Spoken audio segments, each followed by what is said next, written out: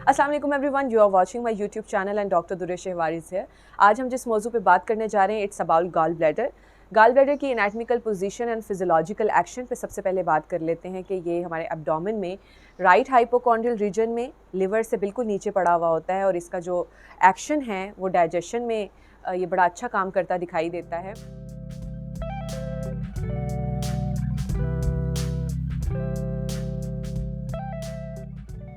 Liver की बिल्कुल lower lining के नीचे ये एक पाउच की सूरत में पड़ा होता है गॉल ब्लैडर, और इसमें सारा का सारा बाइल जो है वो स्टोर होता है। अब जी सवाल है कि बाइल आता कहाँ से है, तो लिवर सारा का सारा बाइल प्रोड्यूस करता है और वो जो बाइल है वो स्टोर हो जाता है गॉल ब्लैडर में।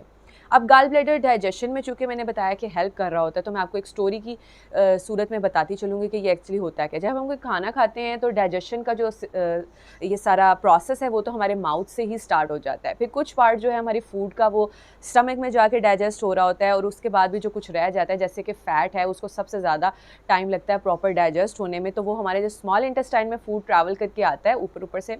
लाइक जब वो पहुंचता है स्मॉल इंटेस्टाइन के ड्यूडेनम पार्ट पे, वहाँ पे मोस्ट ऑफ द जो पार्ट होता है हमारे फूड का वो फैट होता है जो बच जाता है डाइजेस्ट होने से, तो वहाँ पे जाके उसका काम है फैट की डाइजेशन जो है वो ड्यूडेनम के पार्ट पे हो रही होती है। अब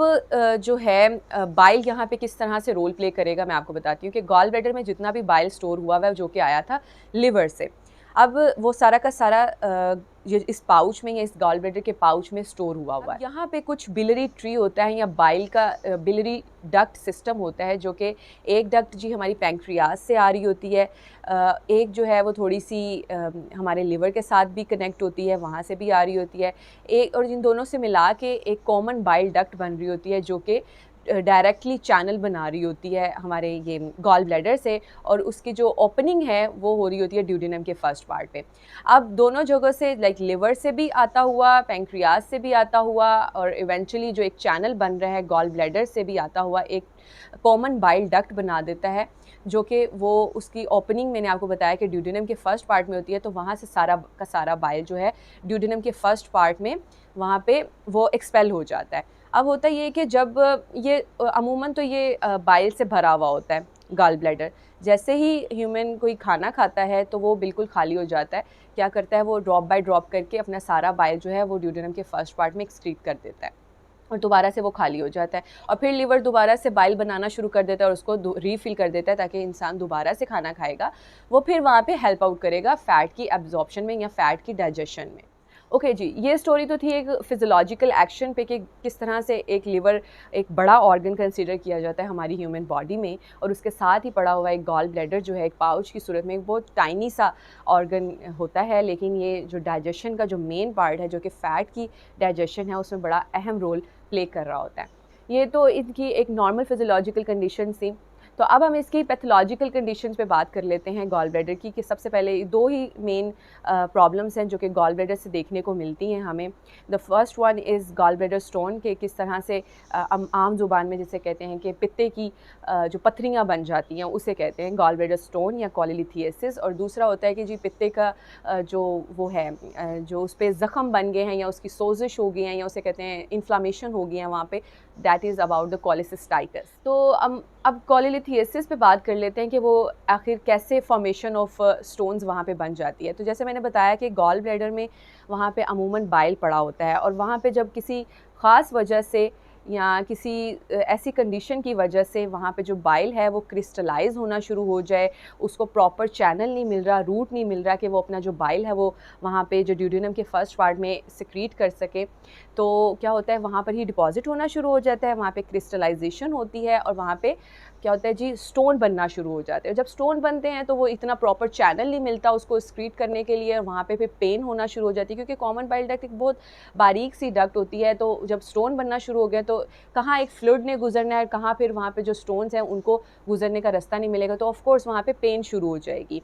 और अगर पेन शुरू होगी तो फिर क्या होगा कि वहाँ पे इन्फ्लामेशन हो सकती है, क्योंकि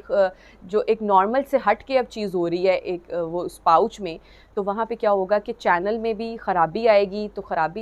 तो वो पेन करेगा। साथ ही मैंने बताया कि वहाँ से एक डक्ट आ रही थी पैंक्रियास से, वहाँ से भी कुछ फ्लूइड जब आना होता है तो उसको रास्ता नहीं मिलेगा, तो ओवरऑल उस पूरे डक्ट में या उस पूरे जो बिलियरी ट्री है वहाँ पे इन्फ्लामेशन हो सकती है और ओवरऑल जो है वो पेन क्रिएट करेगी। तो इसके पेन का करैक्टर होता है जी रेडिएटिंग एंड रेफर्ड पेन होता है यहाँ से स्टार्ट है, लाइक गॉल ब्लैडर या जैसे मैंने बताया कि हाइपोकॉन्ड्रियल रीजन, राइट हाइपोकॉन्ड्रियल रीजन से ये पेन स्टार्ट होती है और रेडिएट करती है, आपकी बैक की तरफ भी जाती दिखाई देती है, लाइक आप फील करते हैं कि बैक की तरफ भी जा रही है, थोड़ा सा लोअर कंडीशन में भी जा रही है और इधर एपिगैस्ट्रिक रीजन में भी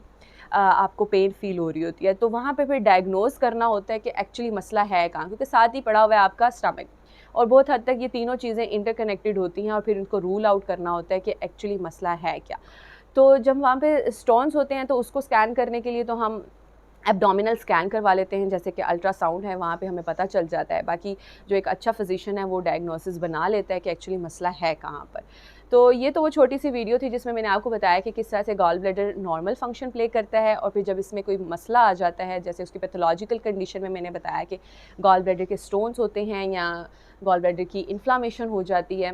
तो वेरी नेक्स्ट वीडियो में मैं आपको इसका होम्योपैथिक ट्रीटमेंट बताऊँगी, क्योंकि homeopathic treatment it's quite safe without any side effect है और वेरी जेंटल टू क्योर है। To know about the treatment, homeopathic treatment of gall stones and या गॉल स्टोन की वजह से होने वाली पेन है और जितनी भी बॉडी में चेंजेस आ रही होती हैं उसकी वजह से जो हम रेमेडीज़ का जिक्र कर सकते हैं वो अपनी नेक्स्ट वीडियो में इसका ट्रीटमेंट बताऊँ। तब तक के लिए अपना ख्याल रखिएगा and thank you so much for watching this.